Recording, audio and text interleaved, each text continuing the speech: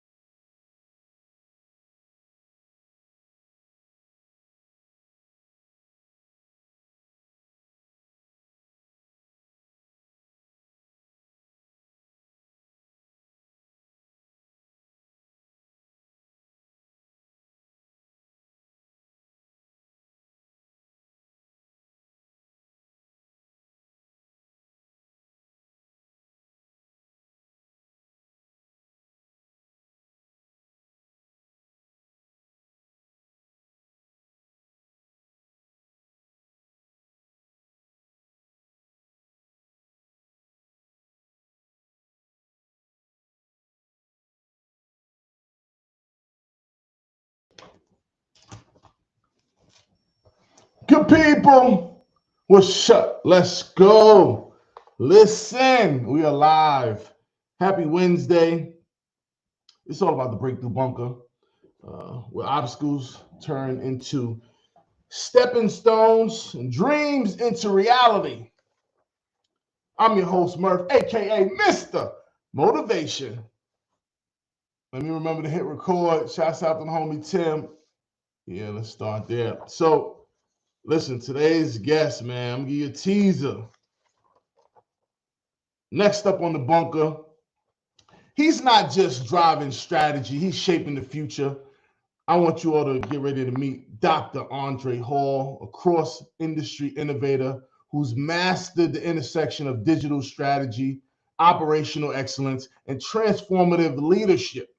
From aerospace to FMCG, from boardrooms to back-end systems, he's been the quiet architect behind major shifts at companies like Pratt & Whitney, Grainger, and now Molson Coors.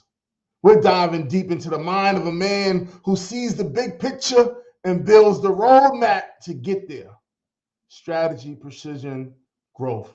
This one's for the thinkers, the builders, and the boundary breakers. But before we get to him, we got to kick things off right. But before I get to that, listen, I'm late today, right?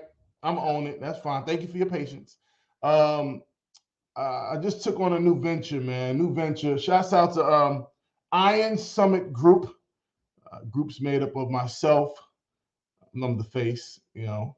Shouts out to Dr. Hamlin and my man James Madison, Army vet, my G, my day zero. The three of us have formed an entity, and we're interested in, you know, investing in business and ventures that speak to community, help build and innovate. And our first major project has been the Worcester Majors semi-pro basketball team here in Worcester, Massachusetts. Shouts out to Poppy Pay, the whole Worcester Majors crew. Shouts out to our GM Walt, our head coach extraordinaire, Coach Jay. What up? We just left draft night. That's why I'm running late. Beautiful scene. The families were out. The players were out. The kids were out.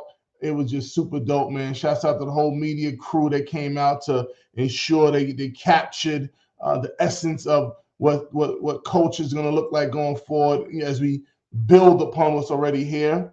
Shouts out to the DJ. The food was amazing. And yeah, just real good vibes. So our season start this October 26th is our first home game. Shouts out to WPI, where we will host our home games. Hey, Worcester area county. Do remember August 2nd, we got our Major Moves basketball tournament, Crompton Park. Pull up. Shouts out to all the sponsors there. And the sponsors that are thinking about it, we need you to come on board now. Come on board. Now, we know that's not how we pay the bills. We pay the bills. We're going to get into the 3, 2, 1. 3 quotes. Actually, 3 thoughts I'm having, 2 quotes, and 1 question I have from me to you. Thought 1, resilience is remembering who you are. Resilience is remembering who you are. 2, focus on what you can control. Listen, I was listening to the homie Tony Robbins the other day. And life's about what you focus on. So you got to ask yourself, am I focusing on what I have, or am I focusing on what I'm missing? Because if you're focusing on what you're missing, you're kind of missing the mark, pun intended. We got to focus on what we have, good people, right? Live in the present. The past is gone. The future is not promised. The present is what you have, all right? And last thought, pain often reveals purpose. Do y'all not notice that a lot of things that get created, whether it be music, books, a lot of that's inspired by pain. Now, you got to go through something, right? You got to go through the test to have what? A testimony. So I'm encouraging you, don't shy, embrace your pain. For me, you know, when I got into music, it was I talk about this all the time. It was like therapy. I got to share things I never talk about, well, umpteen years. But now, you know, I get to do it through poetry and music. Who would have thought? 2 quotes.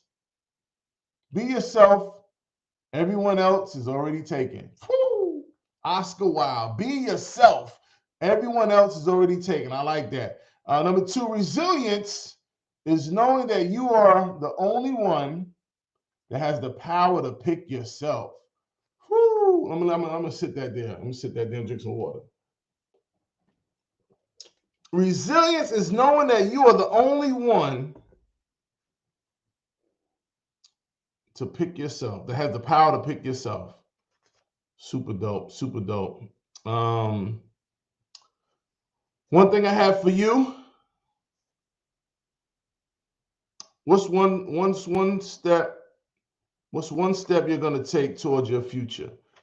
You can comment that in the chat. I think we live on YouTube. Comment that in the chat. One step that's gonna take you towards your future. All right, now the table's set. I want to rush through that because I'm excited. I got the homie. Listen, y'all don't even know. You have to get into it. So, you know, now the table's set. I'm gonna do the real intro.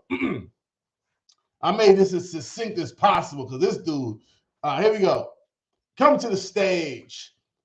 Dr. Andre Hall is a visionary product and operations leader, currently serving as Senior Director of Product Management, Integrated Business Planning at Molson Coors Beverage Company. With nearly 20 years of experience across aerospace, industrial supply, and consumer goods, he's known for aligning business strategy with innovative tech solutions. From driving global planning transformation at Molson Coors to leading digital integration at Grainger and Pratt & Whitney, Andre's cross-industry expertise bridges IT and business with precision. He holds a PhD from Syracuse University and an MBA from UNC Chapel Hill, blending technical depth with strategic clarity. His work impacts everything from supply chains to brand agility, earning him a reputation as a forward-thinking innovator committed to growth, collaboration, and lasting change. Whew! His professional model, strategic clarity, operational precision, growth, starts at the intersection of both. I'm going to bring to the stage. That's a lot of words. Andre Hall. The crowd goes, wow. It's a lot of words. That's a lot of words. Buddy, listen. Hey, Dr. Hall, I'm flat out. Hold on. I need to make sure I'm flat out excited. Let me make sure we're actually on. Oh, there we go. There we go. Yeah. There we go. I'll make sure we live. Yo, so the way this works, first of all, I want to extend just gratitude for the patience you had with me, because we had to make some pivots and some audibles, and I know you are a man that cherishes his time. Yeah. Right. You know, and oh wait, where you at? And I text them. Actually, I didn't text you. I had Sharon text you because I already know I was gonna get it. So, Buddy texted me. So you made me clear my whole evening. I just had to laugh. Welcome, brother. How you feeling? I appreciate you. Feeling good, man. Feeling good.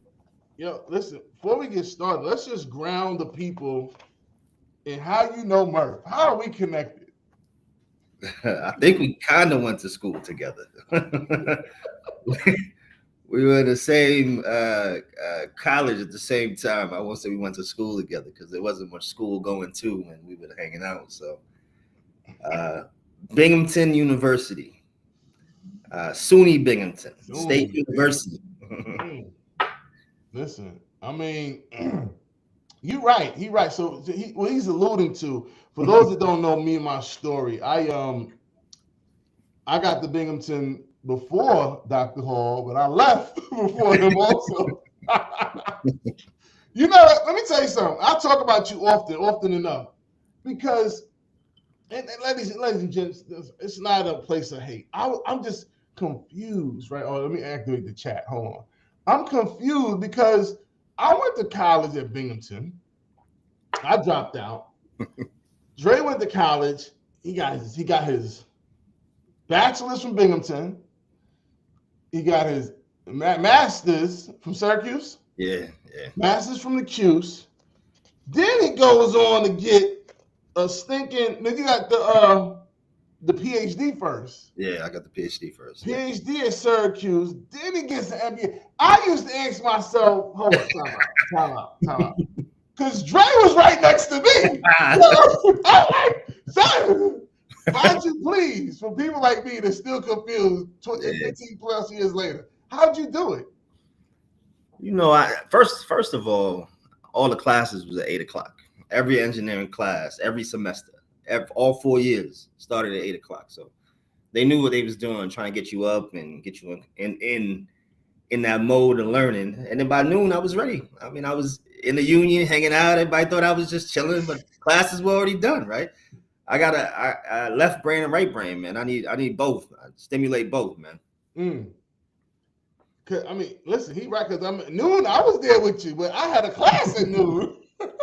You ain't get up till noon. Oh man, let me tell you. So for those that didn't tapped in, even though I dropped out of Binghamton, like Binghamton, I consider Binghamton. I'm alum at Bing. I am alum. I don't care what they talking about the Bursar office or whatever. I am alum there. Love me some Bing. I don't know what it is about it. Upstate New York, nothing to scream home about, but the people, man. Man, I did admire that about you. The ability to just section off when I'm gonna rock out. Then yeah. So I mean, I'm jumping ahead, but how did you go? Super impressive. I mean, you was always a pretty smart guy, but how did you decide? Did you always know you was gonna do a master's, PhD, and then MBA? No, nobody knows that. That's not a sequence of operations that people like plan for. I mean, we grew up in a time when education was like job one. Everybody was like, get the degree, you get the money. Get the degree, you get the money. So, we immigrants. I'm Jamaican. Education is number one. My mother didn't even go to college until after I graduated, and it was still job one for her, right? Like, y'all going to school. I don't even know if she knew what it was, but right. Y'all going to college, right? And everybody went. All her kids went to college.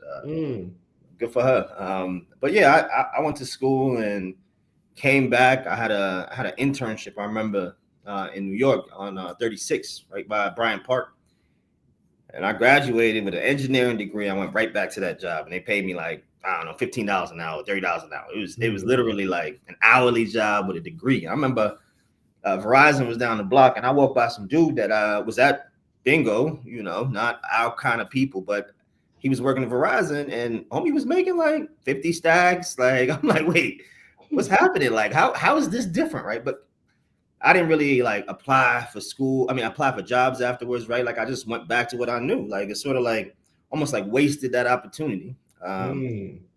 And then, sitting around with, some dudes. I was a dude from Mount Vernon, used to work down there too.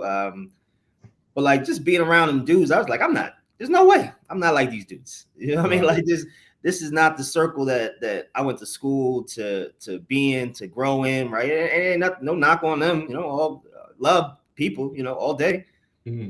Just wasn't using my potential. So I decided, hey, go back and get the master's. You get promoted, right? I went back and got the master's and ran into this dude that really, I would say, changed my life, man. My advisor, Mark Glauser, Syracuse. I went up there. I went to get the master's. I was in like master students is usually 2 years. Usually do 2 classes a semester. It's easy, right? It's like a light load, easy. It's like a light load, right? You know, you're doing 2 years. I was doing 4 classes a semester. I was trying to get it done in like 3 quarters. 3 semesters. Just to get back, like, yo, you know, just get this done, put this on in, let's go get this 50 stacks, right? That's how long ago it was. Like 50 stacks was real money. But really just like ran into a dude that saw all that energy. He was like, yeah, you know, and it's actually interesting because it's not even a dude that I think I relate to, right? Just a dude I met, not our kind of people, but a dude that I met. And was real. He's a real one, right? I mean, didn't like me, but he's a real one, right? Real, recognized real. And he introduced me to Mark and was like, yeah, you know, this kid is, you know, working hard, interesting kind of kid. Like, I don't know what he said, you know, who knows? But he came to me and was like, just like how y'all came to me when we was at bingo and you was more, it's another time. That's another time.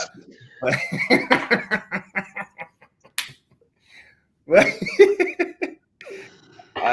he reached out and like, you know, he really showed love. Like, hey, you know, this is how you could do it for free. Basically, gave me a path to a scholarship. I was like, hey, you should get the PhD. I'm like, you know, it's really, I'm just here to get this paper so I can get this real paper. Yeah. He was like, hey, you know, you should get this PhD. You know, you can get funding. I basically ended up going to Syracuse for free and getting $30,000 a year in grad school. It was you don't plan for that either, right? Like it's now all this is like good knowledge, and so when I talk to people, I make sure they know like this is how, you know, this could work. You know what I mean? It's not like, I mean, I know dudes that got 2 different you know, grants, and they let him keep both of them. You know, he's making like 100,000. Like there's so many unique scenarios of just how education, you know, is not as far off as you think. Now undergrad, I think it's a puppy mill, right? It's just sort of like unattainable at a certain level because that's usually where people go. But at the higher levels, you know, diversity, when it was a big thing, right, is important, right? So being able to like fund diverse talent. I was in this program that was looking to, you know, build diversity in academics, and so they were, you know, U.S. grant that was funding. My advisor, he also got multiple sources of funding. He used to work for the DOD. He used to work for the Air Force. You know, people he used to work with used to give him funding. I actually wrote some grant renewals for him, but you know, just really like opened my eyes up to a whole different aspect. I was there to get 1 degree. Ended up like, I mean, I was doing reimbursements, like travel reimbursements, like literally, like he treated us like we were adults, man. He really changed how I thought about academics. How I thought about just like career too, man. Like I definitely like, professor. Why the hell would I do that? You know what I mean? Right. But he showed me a different way. I mean, he was like one of the biggest earners. It's actually a thing, right? You think about professors got to write grants, they got to earn money, right? People have to give them money, and because he had that industry connect, he was literally like $1 million a year grant guy. People would just roll money his way. So really cool, just opportunity to see and learn at a different angle, right? Like I was there for one thing, and then it just opened me up to something completely different, man. So this person is this you consider them like a mentor? You know, it's funny you say that, man. I need to do better in maintaining my relationships, but yes, I would say this is a person that shaped me. I'm not a very good, like, you know, even me and you, like months will go by, right? Like, but love is love, and so I think for me, you know, I'll just shoot him a note every once in a while. Actually, a couple of weeks ago, I was like, I shoot this dude a note. But every once in a while, I'll shoot him a note. You know, his wife and me have another, you know, kind of relationship too. She's kind of close to me, like, and still, like, I mean, you know, people be like, oh, I'm your best friend, and be like, well, I got other best friends, right? Like, it's sort of like that brand you put on people, but yeah, he definitely had a big impression on me. He mentored me for a long time, but I haven't spoken to him in a long time. You know what I mean? Wow. So I mean, I don't know how much time you got. I don't know how long this is gonna go, but I want to let me see. So I come into contact with a lot of like youth. Actually, you know, with the team that I just took on co-owner with, We have like I think 12 or 15 interns, and I think a few of them a few of our mentors are what is it? Interns are interested in your track. Okay. And I know I was like, dang, I'm gonna be on with Dre today. I'll make sure they tap in. I'm a young junior in high school. What would you what's some nuggets you would give them as it relates to like the journey? Like first thing I thought about was like Nesby, but that's all I know. So like, what would you share? Yeah. I actually came through inroads, right? I mean, it's always something, right? There's always some program or something. That's how people think about it, right? Like you just want to expose your kids to as much as you can, as often as you can, right? And when you have money and means, that comes easy, right? You pick and choose the things you expose them to. You travel internationally, right? Like that kind of learning is invaluable. When you have money, it's a little different, but when you don't, right? I mean, get as many programs, as many access points as you can to be able to shape your world, right? Because you're wherever you live, wherever you go to school, whoever you know, that's your circle, right? And the more you can get into like a program that's, at the college or a program that's out of town, right? The group of people you start to meet, it just grows you, right? I mean, people say your network is your net worth, right? Like it's play on words, interesting, funny thing, but absolutely true, right? Like the scope and scale of the things that you believe, the things that you know, are really predicated by the circle that you keep, right? Like the information that you read, the people that help shape you. That's really nature versus nurture. Yeah. Nurture is powerful. It's funny because I mean the whole reason behind me even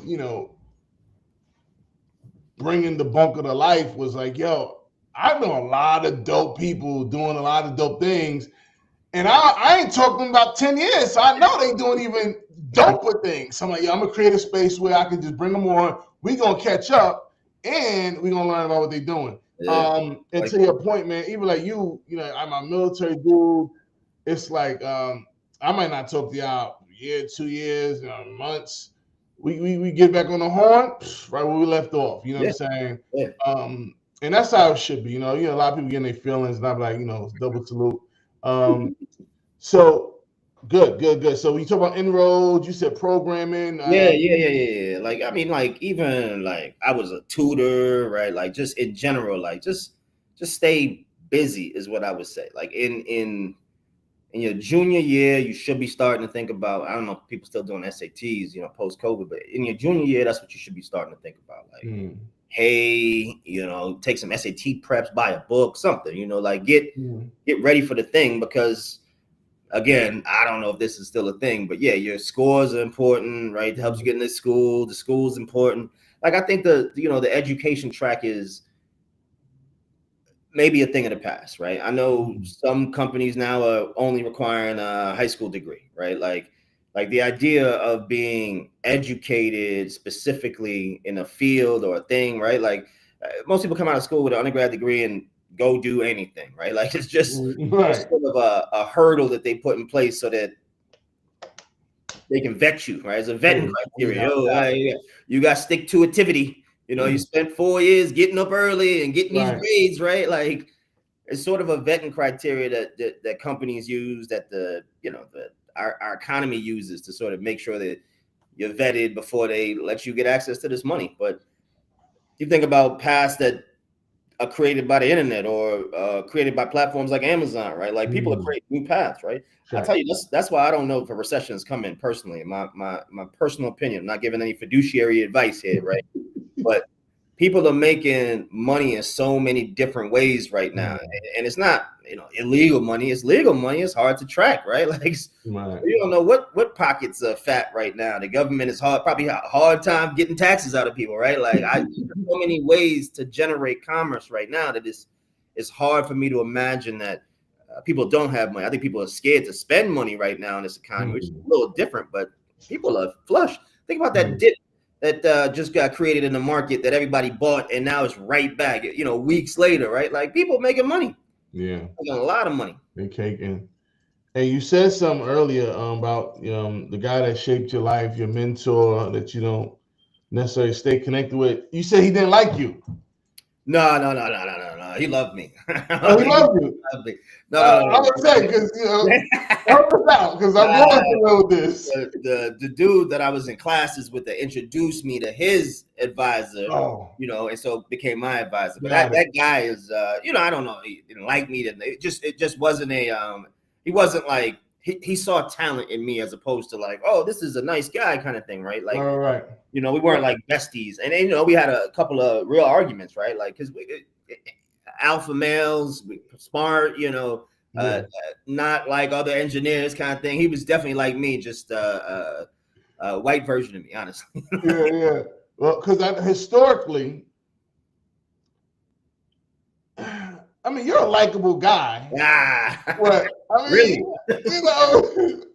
I don't know that everybody liked you. Let me ground this in some context. So Dre has a unique I don't know if you ever been to Barbados. We have a drink called Morby.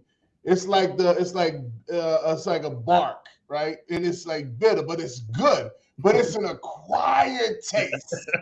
And that's how I would sum up Dr. Andre Hall. So my question to you is, I'm sure, I'm using deductive reasoning here, that across your journey, that is a common thread. And how do you navigate not being liked or misunderstood? I think it's, I think about like Instagram and like Facebook and like, this world of just like people giving you credit for just being you, right? Like, you know what I mean? Like, I've been a very independent person most of my life. My aunt used to say, no man is an island, right? Like, it's not that I'm not like family oriented. It's just, I'm resourceful, right? Like, I'm very resourceful, right? I can get it done. I can not get it done. I could go. I could not go. Like, I'm a hard worker. I know how to get stuff done, and so it's not really a thing for me to follow, right? Like, leave a trail, right? Go where the path is unbeaten and leave a trail, right? Like, to me, that's how I like to live. I think that's Emerson. That's how I like to live my life, right? Like, I prefer to be away from the crowd, right? Like, don't get me wrong, like humans are communal creatures, right? Like, I'm on the edge of the community, but I'm in the community, right? Like, I'm not special, right? I'm not like, oh, I'm such a loner. Like, I'm still I like people. I like being around people. I like engaging with people. It's still part of how I engage, but it's not a need. It's not an energy for me. I don't seek that same approval in the way that I think others might. And for me, I do seek the approval in the sense of a reward, right? Because I'm a corporate hound, right? I say my family is interesting all the time. Like, I'm like, you get in this corporate, world, and you can sit at a desk for 20 years and be a millionaire, but I don't like to sit at a desk all day. I hear you. Certain people just not built for that. It's not it's a different world, right? Like, it is definitely not working outside. It is definitely not, working in a hospital. It's completely different, right? It's the shape and structure and the office politics and all that. It's just a little different. But I'm a corporate raider, man. I like the idea of the politics. I like the idea of the interaction. And you don't always get it right. This is about being likable, right? Like, you gotta be positioned right for the right job, and it's got to come available, and people got to like you at that moment, right? It's definitely an interesting approach to, because keep your head down and work hard, right? Like, I don't know that that's the thing anymore, right? It's keep your head down, work hard, engage with people, make sure they like you, get the good project, make sure you deliver the good project, right? Like, all these things are how you think about it. But I like to think about myself this way, right? Because I feel like leaving one job and going to another job is hard for people, right? Like, it's a different, and I don't mean like getting promoted. I mean, like, hey, you in this function, and then you go to that function, right? Like, it's change like that is hard. Change is hard in general, right? Like, change is a function that I add to all my projects right now. And I think it's imperative, right? Like, people just don't like change. They got to be ready for it. You got to be made ready for it. You got to nurture them along the way. Come on. Like, people just don't like change. And so I forgot where I was going with change, but yeah. Well, I could pivot for us. So I know you talk about your mom's. How many siblings you got? A lot of siblings? I got 3 siblings. 3 siblings, yeah. Shout out to your bro, the homie. Yeah. Big. So I know you from Mount Vernon, from Jamaica, Mount Vernon. So humor me. I'm from Brooklyn, so I got a reason for my delusional self-confidence, right? Now, people don't like you. That's what it is. My bad. Go ahead. yeah. You have more than delusional. I mean, you probably have delusional self-confidence too, but you have like this. I think it's grounded in. Is it arrogance? Is that the right word? Yeah. No, I think, and I'm gonna pivot right back to what I was talking about. But I think the self-confidence, people not liking you, all those things, I think is sort of the same. Yep. I mean, I am Jamaican. We do tend to be a little bit more self-confident in general, right? Right. But yeah, I think it's largely about that sort of success, right? Like I think it's important too. Like early success is important. Early success sometimes can be derailing, sometimes it can be fulfilling, and all that, right? I had a lot of success, early on, winning awards, that kind of stuff, right? But that effort is clear to me, right? Like you put in effort, you win, that's why sports is important, right? For kids, right? Like that sort of mental fortitude is built over time with a bunch of successes, right? You keep trying and failing. It's hard to even think about, fortitude is important, but sometimes you need some wins in there. So you don't even know what you're chasing after a while. You just keep failing. So, early wins do help, but I think it's, I value being smart. I value people that can think. I value people that are quick on their feet. And so for me, there's not a lot of opinions that can derail me. They will make me think. They will make me stop and think. It's smart to think about the things that people give you as feedback, but they don't derail me as easily because I'd have to qualify your your input. Who are you to give me advice? Like, you know what I mean? Like I gotta qualify before I accept it and take it into action. Value, right? Yeah, you get feedback. People love to give you feedback. Everybody got an opinion. Like, okay, should you? Hey, I'll tell you this, Dr. Hall. I remember, and you alluded to this earlier. So it's something I can attest to. Something about you. We was in college, and I was hearing about this guy on campus, and this dude, think he fits in y'all the aura of y'all circle. So now, ladies and gentlemen, him and I recall this story a little differently. Oh yeah. But I saw greatness in Dr. Hall. Before the degrees, he just he carried himself. He was always well dressed. Absolutely. So I definitely get that. But this is my point too. Because I got the same thing with what do you think with arrogance, self-confidence as you navigated through the corporate world? Do you think that's something that like was a superpower for you? Nah, it's a double-edged sword, right? I mean, and I'm be honest, it depends on who you are and what you look like, right? Always. Right? Like I think it's no different. This is just a microcosm of our environment, right? It's no different just because you in this culture, you always see that people be like, oh, best place to work, right? Like. It's a microcosm of the people in the community that live there, right? They go to work there. They don't all of a sudden leave their job and become like good people, or the job makes them good people, right? Like I think just because I did that HR training, me, I'm seeing things differently, right? It's not like you don't change your skin overnight, right? People got their own way of viewing the world, and that doesn't change with culture. Well, quick pivot from corporate talk. You're into events. Historically, you've been into events. I remember in Syracuse, you used to throw different parties, right? Oh yeah. And that's morphed into. Talk to us about social syndicate events. What's that about? Right brain, left brain, right? I actually was gonna go to FIT. Before I went to Binghamton. Like I applied to Fashion Institute. That was going to be where I was going to go design clothes. But I don't know too many designers that went to school, and I know a lot of people that go to school and don't end up doing nothing with it, right? So I quickly pivoted to engineering.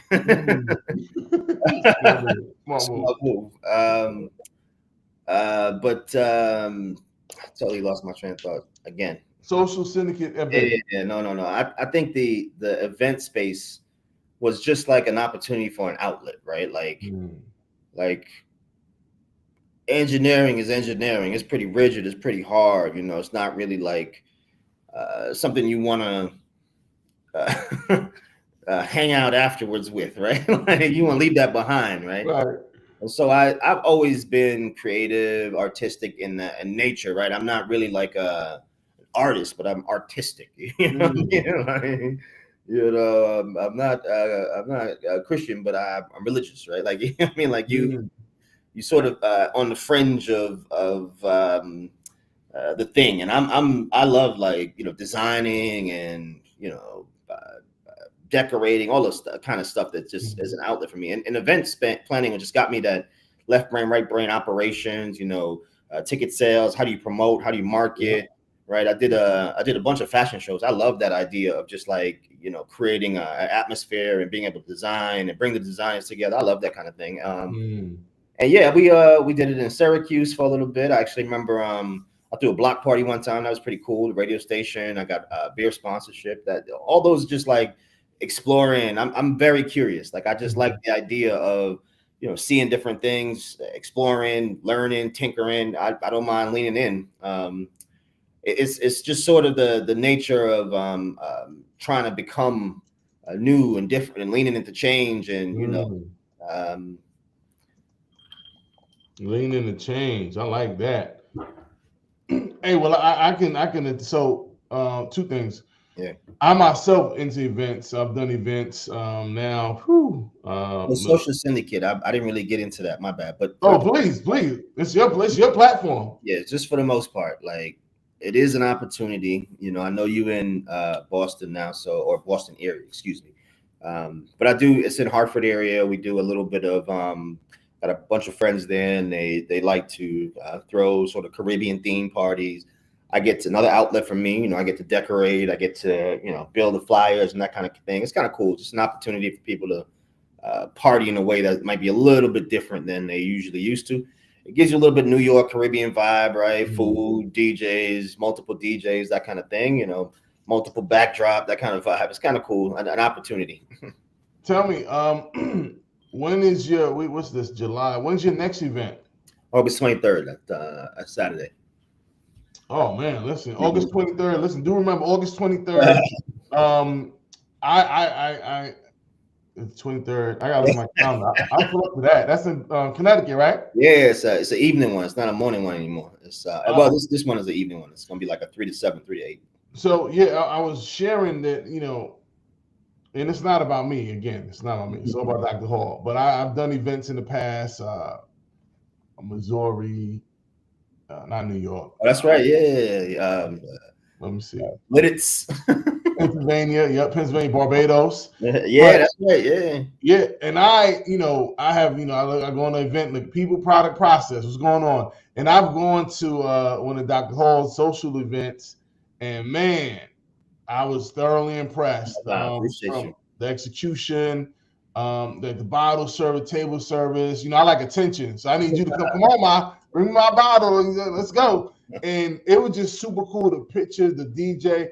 I was like, dang, because as a person that throws events, you usually got to do it at the level that you want to do it to experience it. Yeah. So to be able to go to something and it's like yours or even better. Right.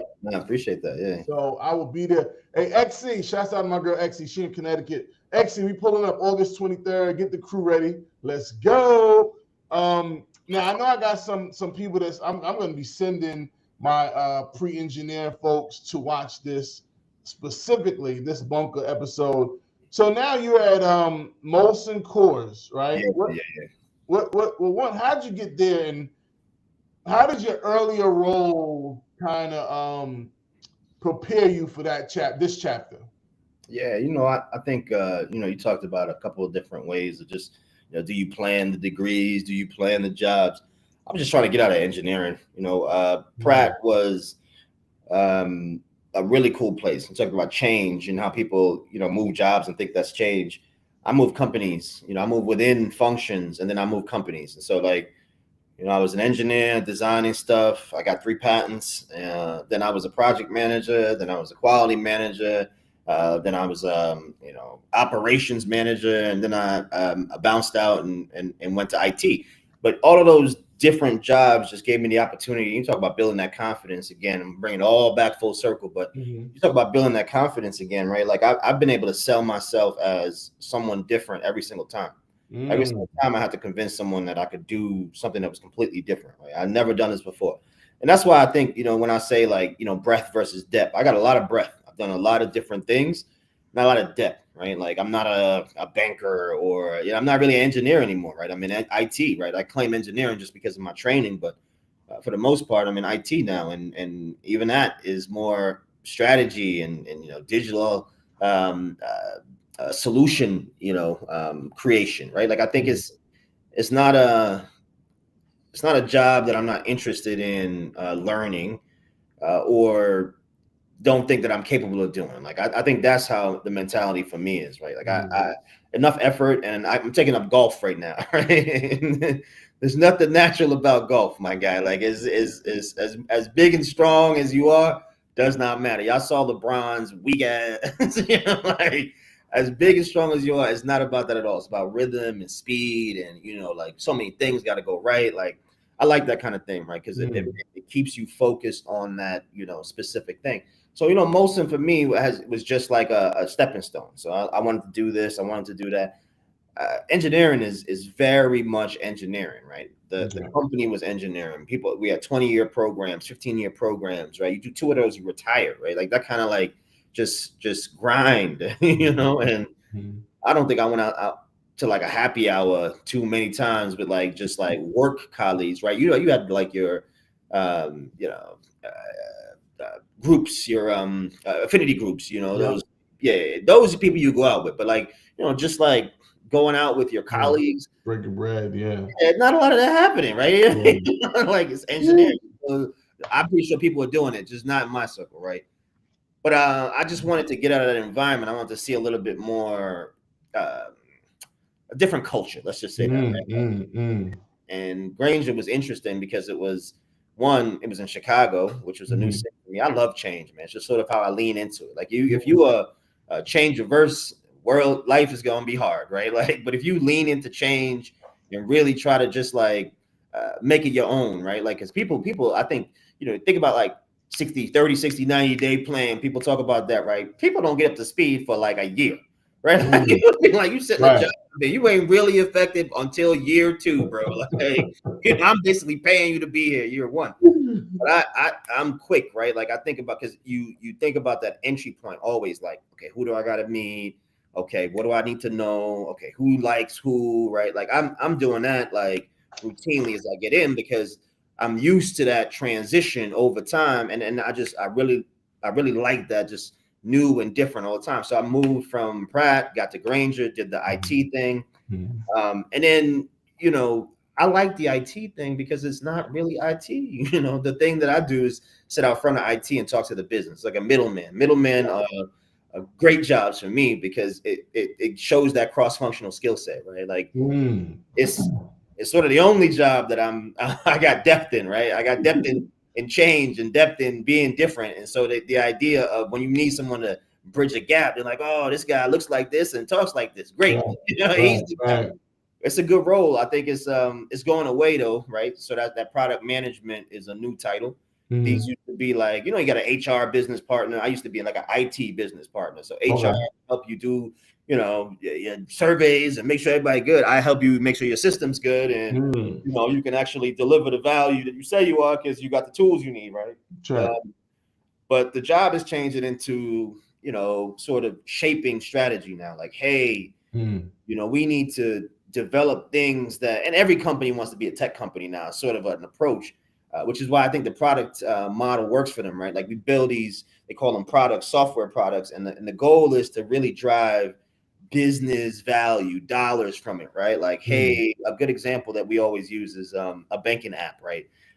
You don't think about it, but the banking app makes the money, right? It's no ATM, there's no teller required, right? You're doing all your transactions on it, and so that's how you think about a product. And so most companies are trying to develop these products, internal or external, right? Because you think about an external product, you can market it, sell it, use it as sort of another revenue generator. But for the most part, what you want to do is you want to find operational ways to improve, and those are products you build, and those products help you make money, right? And that's really what the science of it is. And so to do that, you got to understand what these people need, how they deliver value, what's priority for them, so you're making the right decisions, and then you build the things that they need. So it's a really cool shift, but it requires you to be a little bit more technical. So I'm doing that too. Think about that. Like, I'm not technical enough sometimes for these roles, right?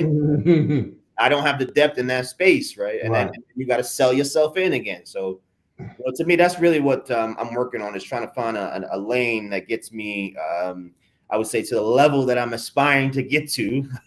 And a lane is often required for you to sit in a seat for a long time. I'm not really a seat sitter. Check. So talk to us about these 3 patents. Are you, if you can, talk to about that? Yeah, I mean, I used to study jet noise, and so the science behind it is really just all, you can quiet noise, you can't get rid of it, right? You can change frequencies, like the frequencies that annoy you, the frequencies that you can hear. You just try to attenuate, dampen those frequencies so you can seemingly hear less, right?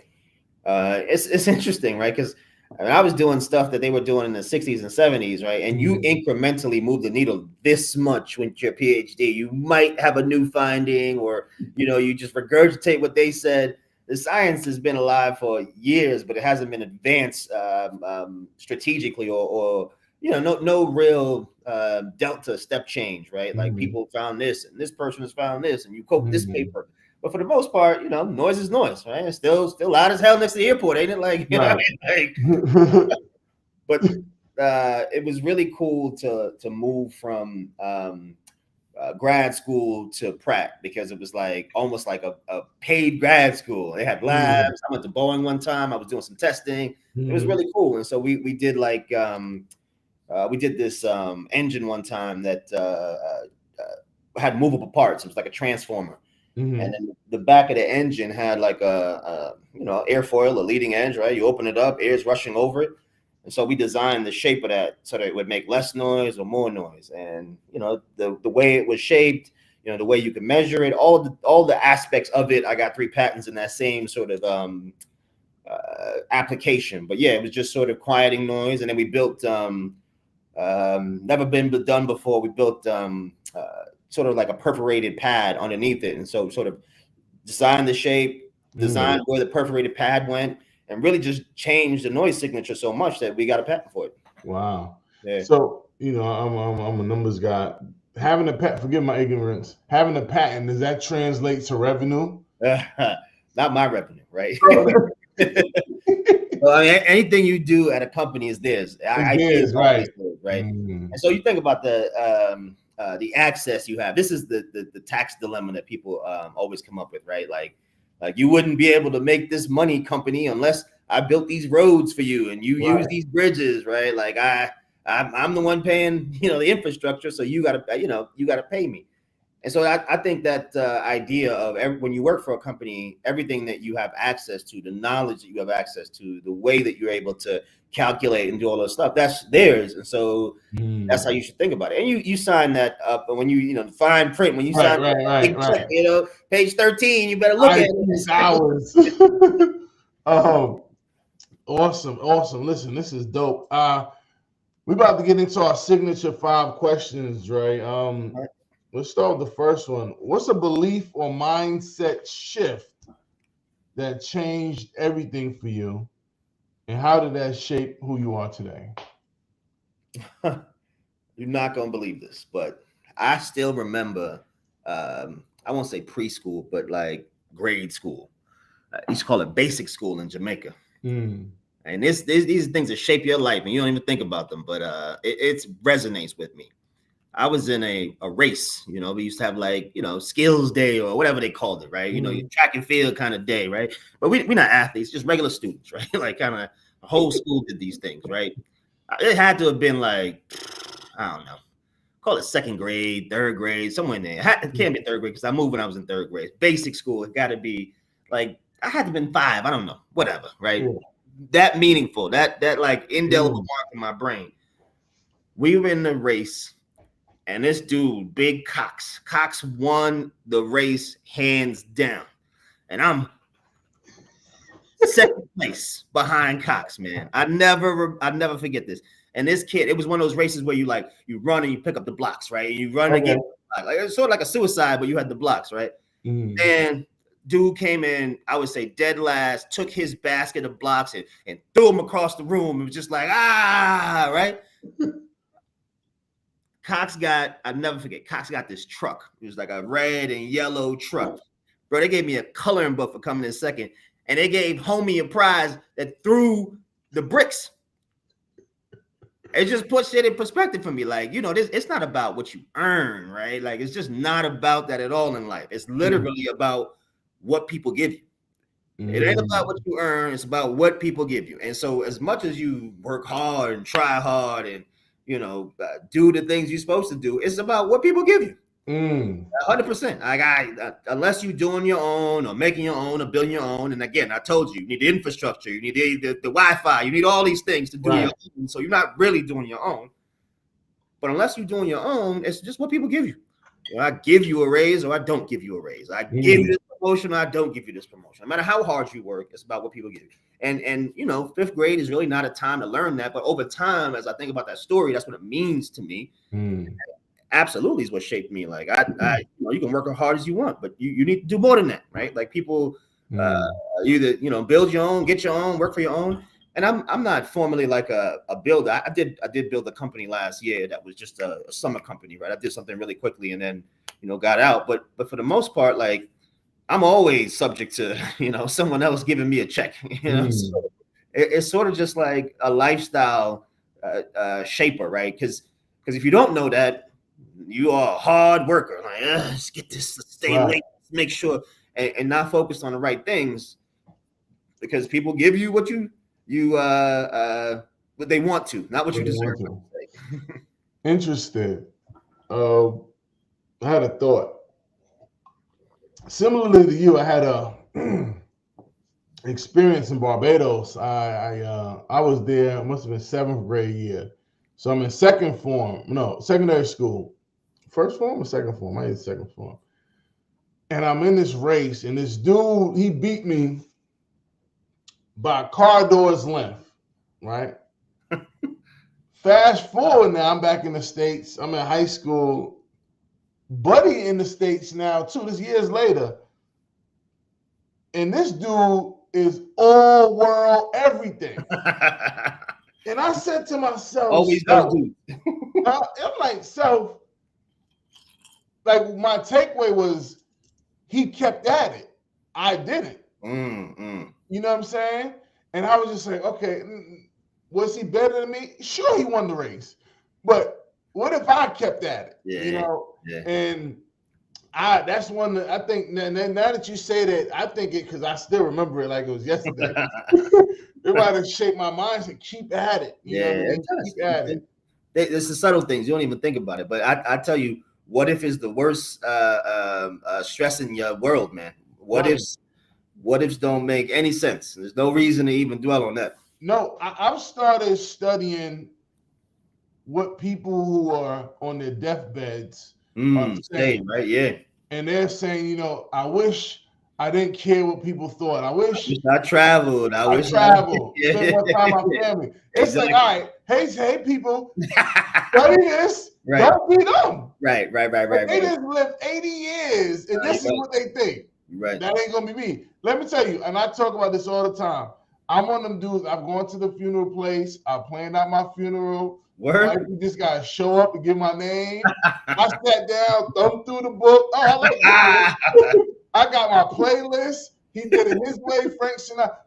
Listen, Don't cry. Celebrate. Because Murph left it all on the floor. I hear you, bro. You do live your life. I give you that, bro. Right. You live your life. You do that. Listen. All right. Number 2. What keeps your fire lit, especially when progress feels slow or the odds feel stacked against you? Yes. I mean, this is always a good one. Like I think, winning motivates me, right? Like I'm very competitive in everything, right? Like I want to be good, right? Like it's just sort of a mindset for me.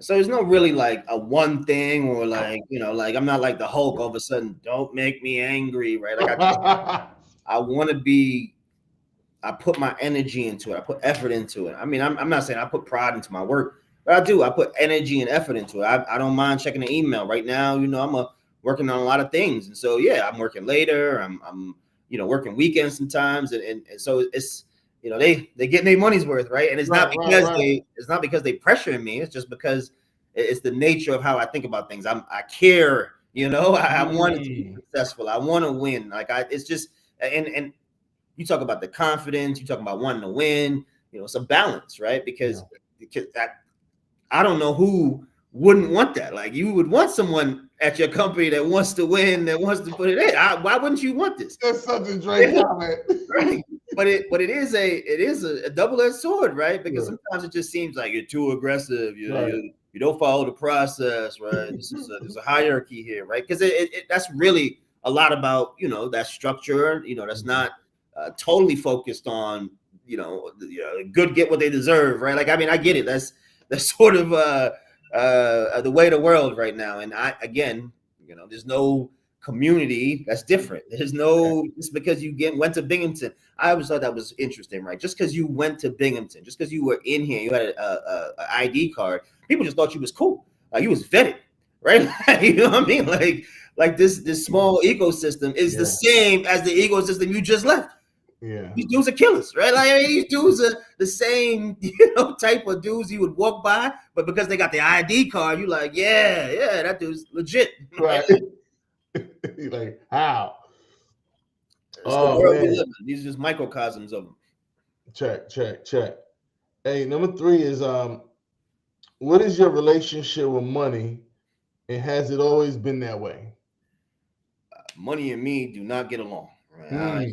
It's just a thing for me. I grew up proper poor. Like, I grew up proper poor in Jamaica, like, and my mother was a young mother, right? Like you talk about young mothers here, right? Food stamps and services available, right? Not saying that it's easier. I'm just saying those structure are not available in Jamaica, right? And so young single mothers are struggling. I was the second, my brother was the third, right? She had 3 kids in Jamaica before she was 23, right? Like she's a young mother, and we were poor, right? Like, and then I had my aunts like sort of pull me out of Jamaica. We emigrated up here, and they were middle class. My aunt worked at a nursing home, and my other aunt was a psychologist in a school.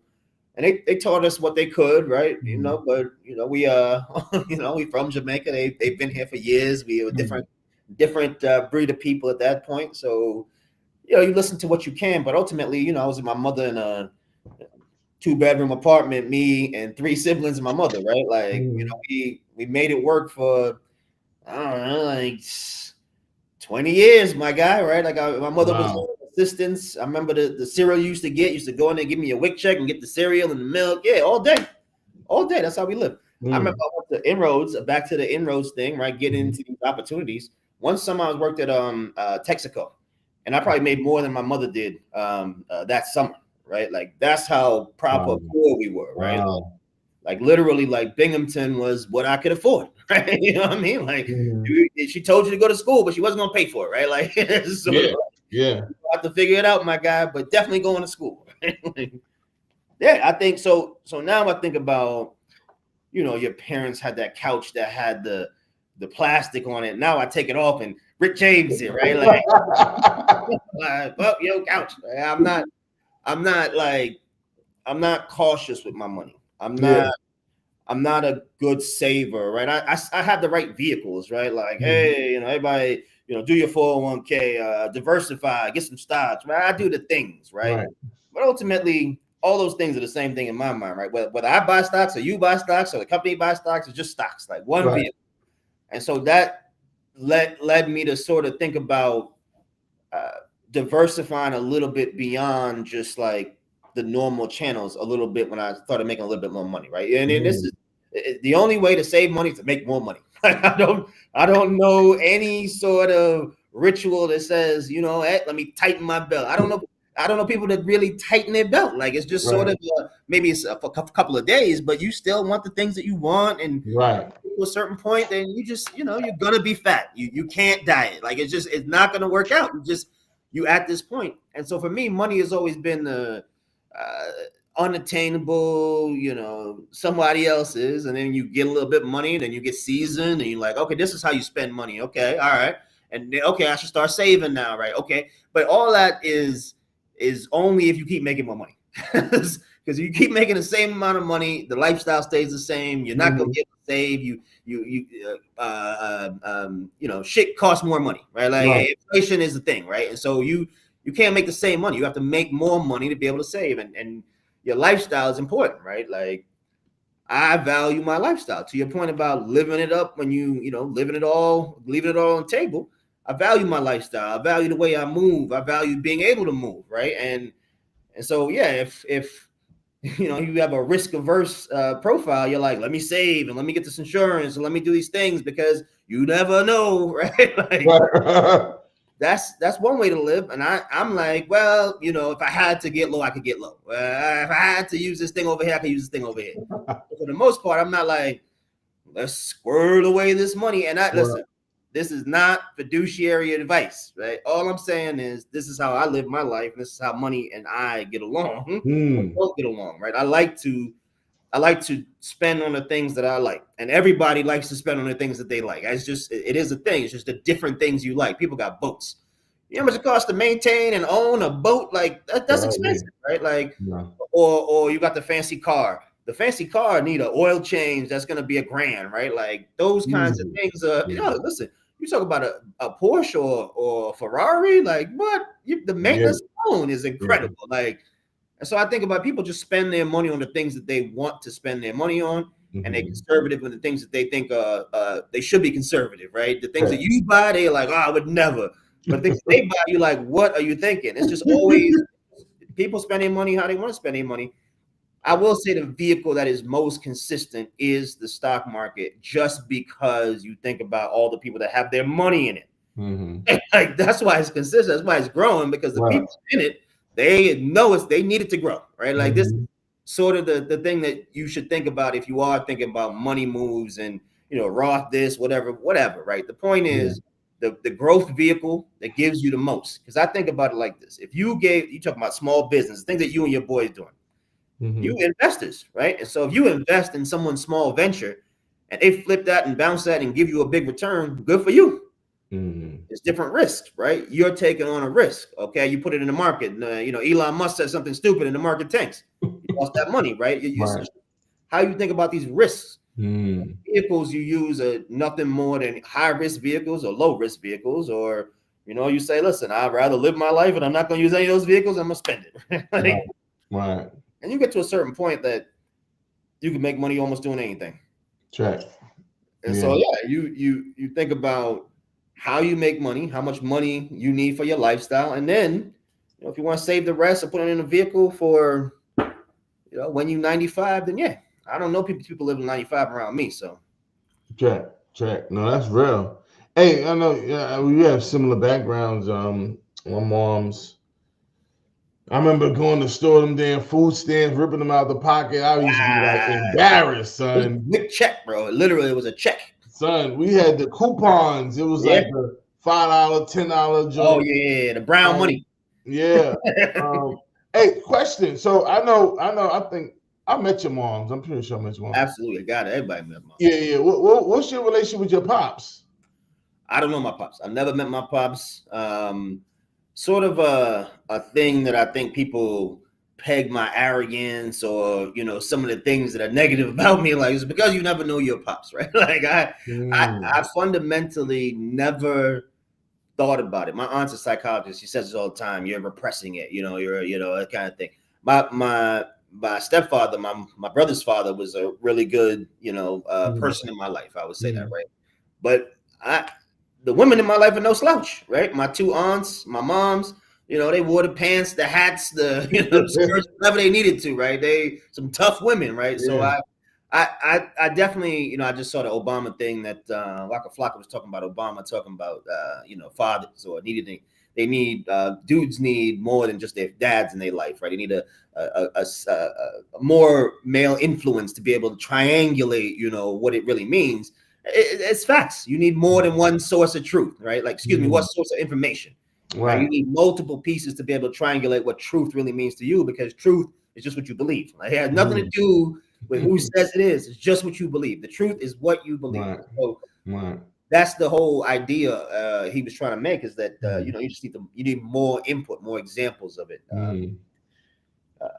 But yeah, I've never thought about filling that void, or you know, even the men in my life. I would say that my professor I just talked about, you know, I can't really point to a dude that I was like, you know, that intimate with as, like, you know, a relationship of a father. Definitely mentors and things. And that's the thing I think is important. That word intimacy, right? Like, I don't know,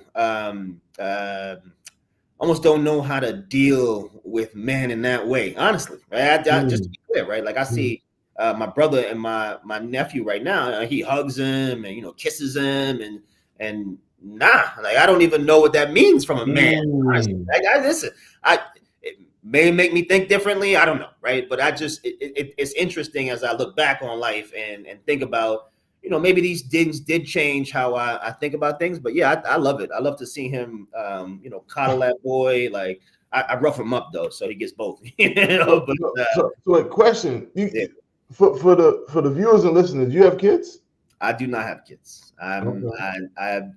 I've never had the urge, right? The idea of family and sort of building one. I attempted to one time, but it was more of not for me, right? My wife now, I'm married now, older marriage, right? Like, I'm more mature, a different kind of outlook, wasn't the same kind of need. And she had a son. Taylor's a wonderful young man, right? She raised sort of a really good example of what I might have wanted to see for me, right? So I loved it. I mean, he's a full scholarship at UConn right now, doing his damn thing. Right? Like, yeah, I mean, yeah. Hey, listen, so you and I have similar, you know, even this conversation, unpacking more similarities. I've known you for, you know, X amount of years. So my pops got murdered when I was 6, but I never knew him. And I never knew that. You never knew that? Yeah. Yeah, that's why we having it. Shouts out to the bunker, man. We breaking through. So yeah, my mom's out the gate. It was just me and her, and I think from that. So I remember I was little. I used to act out, and I used to blame it on that. But I don't think I had enough comprehension to really have a basis to do that. I may have been a little manipulative, but I couldn't tell. I was afraid to go to be a father. I'm like, I think I was like, you know, I didn't know, I didn't have an example. So it's like, how do I don't know, I don't got no blueprint, no example. And you know, what I talk about now when I go give my talks in schools, how do you become a dope dad if you never seen one? Well, I just dreamt what I wish I had. Yeah. And I 10x that. You know what I'm saying? So now I got, you know, my daughter, my son, blessing, you know, but, you know, shouts out to wifey because she had the vision for big family. I'm like, I got my backpack, my BlackBerry, you know. We go. We made a pivot, but yeah, man, that's interesting, man. We might need a part 2 because so it's funny. And I never used to talk about my pops or that whole situation. and getting into music. I just did a song, Letter to Dad. I dropped this June, and I literally wrote a letter to him because I felt like, and I learned from someone in my past, like in order to love, you got to forgive. And I was just like, I thought about it because I got a tactical empathy. You become the person. I'm like, damn, I wonder what you was going through. You know what I'm saying? Because it's easy, like, oh, you piece of monkey crap. What were you dealing with? What? So people, always.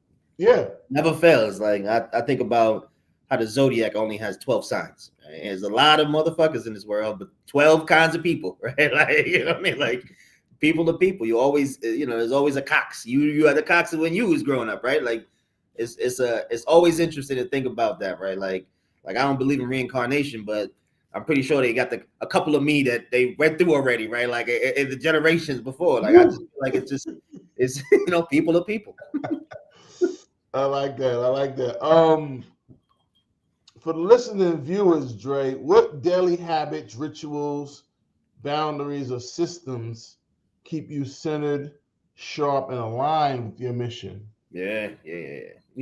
I'm not a churchgoer by any means, right? If you catch me in church, it's an occasion, or somebody get married, a baby getting. I actually went to church last week for I don't know, in years I haven't been to church. But I do like to ground myself in the morning with a little bit of, Father, God bless, a little something. You know what I mean? Like, and it's not you talked about religion versus being religious or, that kind of thing. I don't have a religion or a following that I'm like in.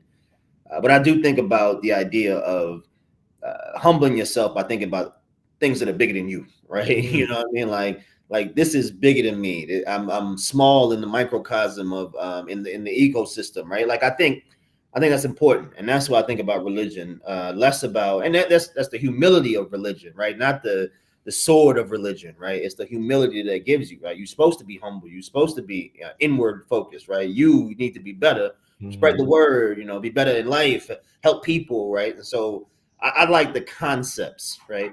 But I think about this, right? If I was born in someplace else and they had a different religion, that's what I would be, right? And so just the luck of being born here. Now people, no one is, forced in certain countries, but yeah, the idea of sort of like you just lucked upon it, or you didn't know this existed, or possibility thinking again. But I think about that all the time. Like I just like the idea of thinking about something bigger than me, and that humbling, that humility is important for me too. And in my older years, I'm starting to make sure I get my exercise, and I haven't been able to because this job is kicking my ass. It's been like a really grind over the past couple of months here, but I like to do a little bit of humbling in the morning. Whether that's saying a prayer or just reflecting. Not jumping out of bed right away, just like taking a deep breath. I like to do that kind of thing, and if I got time, I like to get a nice little workout in, a walk or something athletic, golf, something to get the heart rate up. I think those things are important, in life. And I'm Jamaican, so I usually like a nice cup of tea too. Shouts out to that. I'm reading this book now. I'm reading several books. Becoming Supernatural. I'm on this quest because I feel like I have a pretty beautiful mind. I'm like, how do I expand this thing? And Becoming Supernatural just leans in onto meditating, deep breathing. You can heal yourself. So it's been an interesting read on this journey of ascension. So I definitely, relate to what you're talking about, like the morning routine. It's super, super important. My morning routine takes about an hour. You gotta like be disciplined to like commit to it. So I miss sometimes. I always tell myself, don't miss twice. That's really what it's about too. It's the discipline, right? That's the training. It's just being disciplined to do anything. 10 push-ups, whatever you want to call it. Just the discipline is really what you have to. Yeah. So what are you building now, Dre, and how can people support your movement that you're leading? Not that kind of movement. Social syndicate is probably something you can support. Okay. Most part, the things that I'm doing now are largely around, trying to connect teams and data. That's what everybody's doing right now. You look at the industry of IT and just the way people are thinking about technology and digital right now. It's all about those products I talked about, that kind of vibe, or just data, right? Chat GPT, this, yada yada, AI, that. It's just data. When I was in grad school, I had a terabyte of data. Now, back in 2007, there's a lot of data. Came on a big, disk that looked like this, and that was the big data was the term back then. And then you think about it, right? It's really just the computational power. NVIDIA, I'm not giving you financial advice, right? But NVIDIA is an interesting company, right? They make these chips. These chips go into these supercomputers. These supercomputers generate AI, right? They generate the computational power to crunch the thing that you asked the question about, right? You go all these places and they go, all right, here's your answer, right? And so you think about that, discs were this big and now they're this big, right? Computers were this big and they could do, this much, and now, they're this big and they could do way more, right? Like the idea of being able to crunch data information and come up with an answer, that's really the future, right? Like that is literally, Terminator type future. Like the idea here is you connect data and information and you quickly assess and understand and make decisions based on it. That's where everybody's going. There's nothing novel or futuristic about it, but like, you take the data you create, you learn from it. Like, think about the customer information. Think about when you fill out those forms, right? They want to learn who you are. Yeah. But how do I take all that information and use it to make decisions, right? Like, how do I do these things is how everybody in the industry is thinking about. None of this is actually stuff that I'm working on. I'm just talking about the industry. That's my disclaimer, right? I'm not talking about strategic or insider information. But for the most part, this is what the industry and people like me do. And that's really where the AI and ChatGPT, those are buzzwords. It's not really anything specific, but that's how you can think about the application. It's really how people use that. You need it to make decisions. What kind of decisions do you want to make, right? What kind of function do you want to replace or replicate over and over? Those jobs are just easy, and that's also a thing that's interesting, right? Like those jobs that are easy, you left, right. Okay, I don't really need you to go left, right anymore, bro. I'm gonna let the AI do the left, right. That's how you can think about that kind of like shift in what it means, and then how much do I trust it to do? I trust it to do left, right. Okay, maybe I trust it to do left, right, center, and up and down. Okay, all right, left, right, center, up and down, and sideways. And you just gotta. It's the growth about how you trust and train these things over time, and that's really where the entry point that you can start to see this thing explode is. Bitcoin, or any kind of a digital coin. How much you trust it, right? If you really trusted it, if we trusted it as an economy, then you would use it for rent, right? You would use it for food at the grocery store. It's all about how you trust technology, and that is what AI is really missing right now. As soon as you start trusting, it's going to explode. So on that note, how much do you trust that AI won't backfire? I don't think there's going to be no Terminator type event, but I think the biggest use case and the biggest risk right now is just misinformation, right? Like, someone said AI needs a watermark. I think that's a cool idea, right? And so if you did some AI generated content, there'd be a huge watermark on it that you could see and you would know that this is fake, right? Right. That is the biggest risk, right? You trust. I just talked about trusting it, right? Like the idea of going online and seeing something and being like, yeah, I trust this, but it was AI generated and it's fake. Like that's actually the biggest risk of AI. And so as you think about trusting it more, whose hands it's in, like who can use it and how do they use it? That regulatory environment is probably going to shape it a lot, but yes, it's really about building that trust in it, man. Check. And this is the last power question, man. What has failure taught you that success never would? I'm going to give you one more trust, and then I'm going to talk about failure. Okay. I use that word a lot. So my two favorite words are curious and trust, right? I like to think about myself as really curious. Like, that's why I got all these degrees. That's why I'm always interested in change. I'm so curious, right? Trust is the other word. Colin Powell is Jamaican, born in Harlem, but Jamaican parents, right? I remember this interview. The reporter asked him something about leadership, right? Like, hey, what do you think about, he leads men and women into battle, right? And so she asked this question, and he goes, trust. First word out of his mouth is trust, right? He's like, yeah, you've got to build trust to be an effective leader, right? Like, when it's cold, you can't look cold. When you're hungry, you can't look hungry, right? But the idea of leadership is really building so much trust that they would follow you out of curiosity, right? They just really interested in you enough to think about how much you value them, how much you care about them. They see that in you, and they trust you enough that they would do whatever you want. I think that's the literal definition of how I think about value in my life, right? Like, do I trust you? Don't I trust you? Right? Like that's a real important measure for me. And everybody gets trust up front, and they either earn or they lose or build on it. But you can't live your life being so closed off that you don't trust people. Sure. But I do think that this is literally, when I think about relationships, when I think about work, I think trust is one of the most important things. Let's talk about failure. I keep telling people I got fired one time in my life. I went out. I was at Pratt & Whitney. I'll never forget this, right? I was at Pratt & Whitney. I was a quality manager.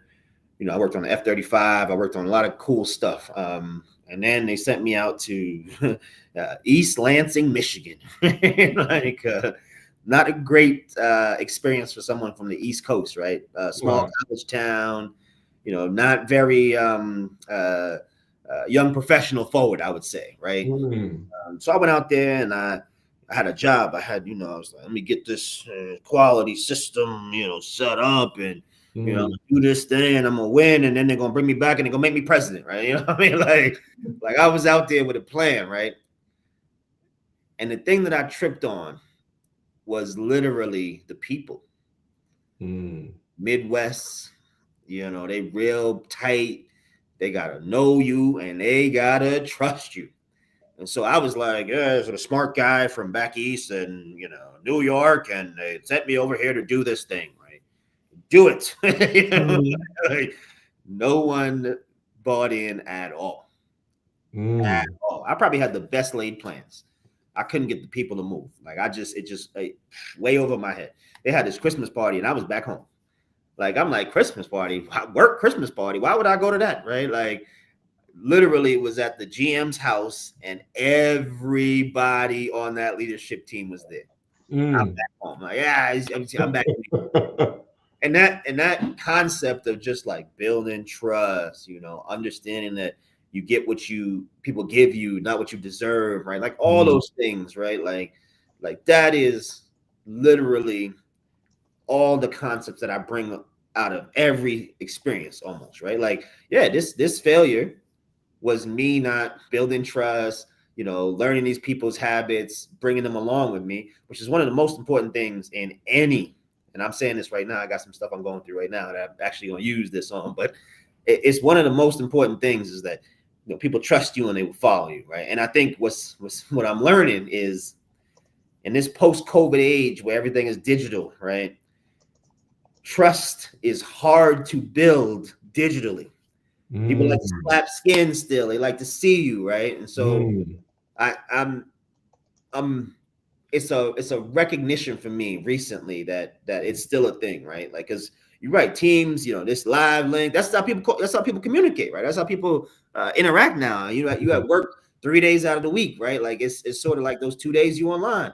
Right. So being able to build trust on the camera, right? You got to turn your camera on. You got to, be active, right? Like you got to think about new ways to build trust. And that's something that I think is important in that failure that I had, right? Like I was out of there in 6 months. They sent me back, and it was not a great look, right? Like, yeah, but listen, I like to win, and losses are motivating, right? Like losses are real motivating. A follow-up, if you never experienced that failure in that way, do you think you'd become who you are today?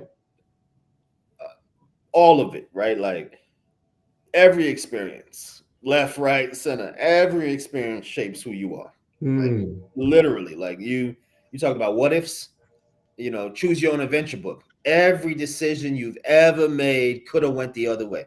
You could have been a completely different person.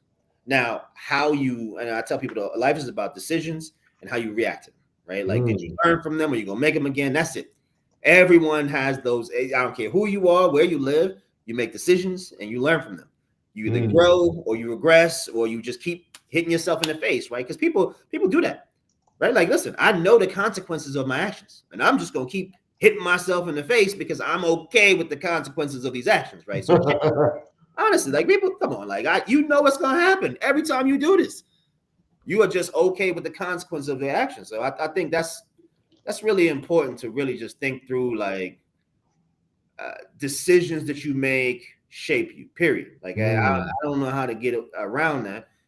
And if you're smart enough, or if you're the type of person that learns, then yeah, those decisions help you make better decisions and think about different things. But yeah, I don't think this one decision or one failure, and I could probably think about several other failures, right? I like to win, but don't mean I win all the time. But this is just one that is literally one that I remember and I think about because I'm such a corporate sort of focused mindset. That's the example that comes to mind really quickly. But it was a good example, right? Some people got promoted out of there, some people got fired out of there, right? Like really good example of just you get what people give you. You get what people give you.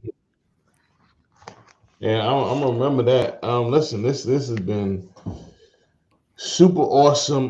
Dre, listen, you got any thoughts, anything you want to share, leave us with as we close out? Yeah, you are fearless, my guy. Like I've never seen you not want to charge a motherfucking hill, bro. Like you are fearless. I think you've had you Caribbean, you're not Jamaican, but you had a lot of jobs, my guy. You've been around, you don't mind trying new things. I respect the fearlessness of your moves. And you talk about me, like I think you said we were similar, but yeah, like you don't need nobody to give you credit or give you a hand clap. Like you in. Yeah, I like you just go. I appreciate that, man. Like I said, yeah, you didn't even talk to me when you left. Like you just go. Right?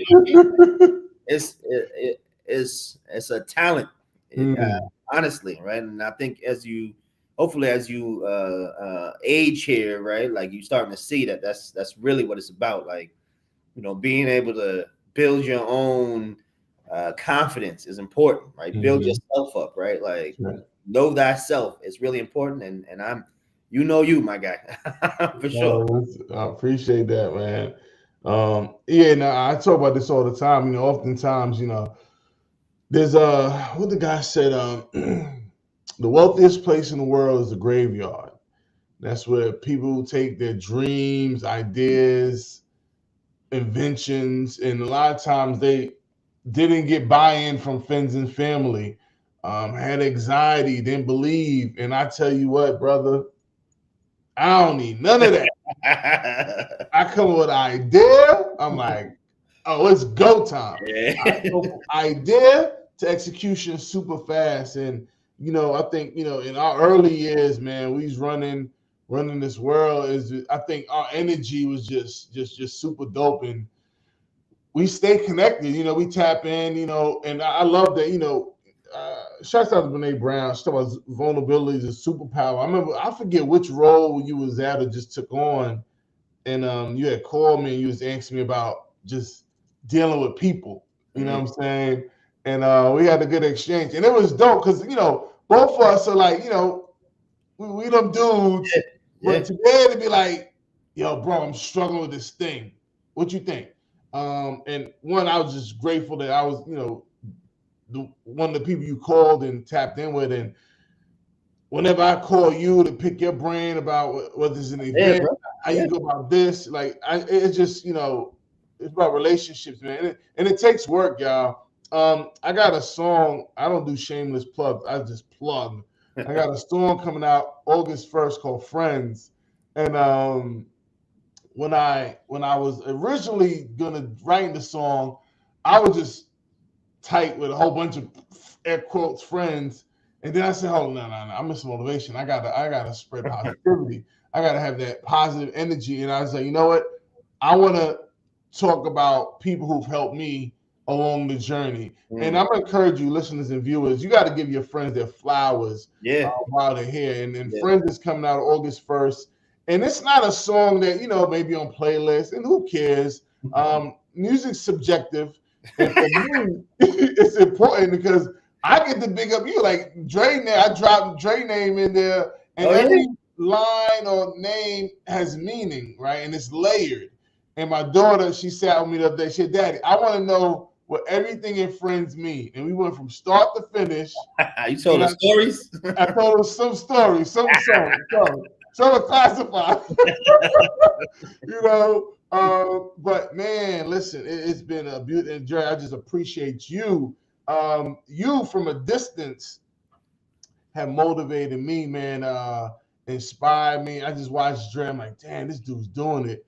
And, we don't always give each other, shout outs. I'm talking about generally, but it's important, you know what I mean? But I'm just fortunate to have dudes like you in my space, a text message away. And, man, keep doing what you're doing, bro. I'm excited for you. I'm excited for whatever you got going on. Anyway, I could be of service. I'm trying to figure out how I can get your drink company in my arena. What I'm saying? I was building 3 years, but it's been a beautiful thing, man. Shouts out to you and your fam. I still got to get to Chicago, and I missed you in CT last time. Where was I headed? I was headed to Newport. Yeah, Newport, back to Newport. We was in Newport one time too. I remember. Yeah. Well, we was, me and you. Yeah. Okay. Yeah. But this last time you came to CT. Yeah. And I know you had a timeshare in Newport. Yeah. Shout out to Window. Yeah. All right. Listen, we're gonna go into outros. Hey, good people, thanks for tapping in, man. This is the Breakthrough Bunker. It's a wrap today. If this hit your heart, share it. Reflect on today's 3, 2, 1. Your action step, as always, take one bold step forward. Please, my engineer folks, pre-engineer, this dude, tap in. I don't know how much mentoring he does. We just hit me and I hit him because he probably ain't gonna respond to you. But listen, follow me everywhere. Hold on, let me get this queued up. We got the hold up. No, boom. Let's go. Boom. All right. So grab your copy of Unbreakable Valor, Triumph Through the Soul of Resilience. That's my book out in May. It's out all platforms. Join the Breakthrough Bunker, our free community to help you gain clarity, direction, and motivation to live the life you dream of.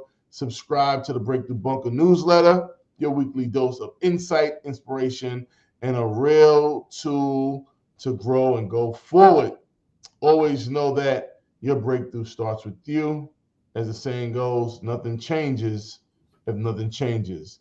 And do remember, good people, it is all about you. Double salute.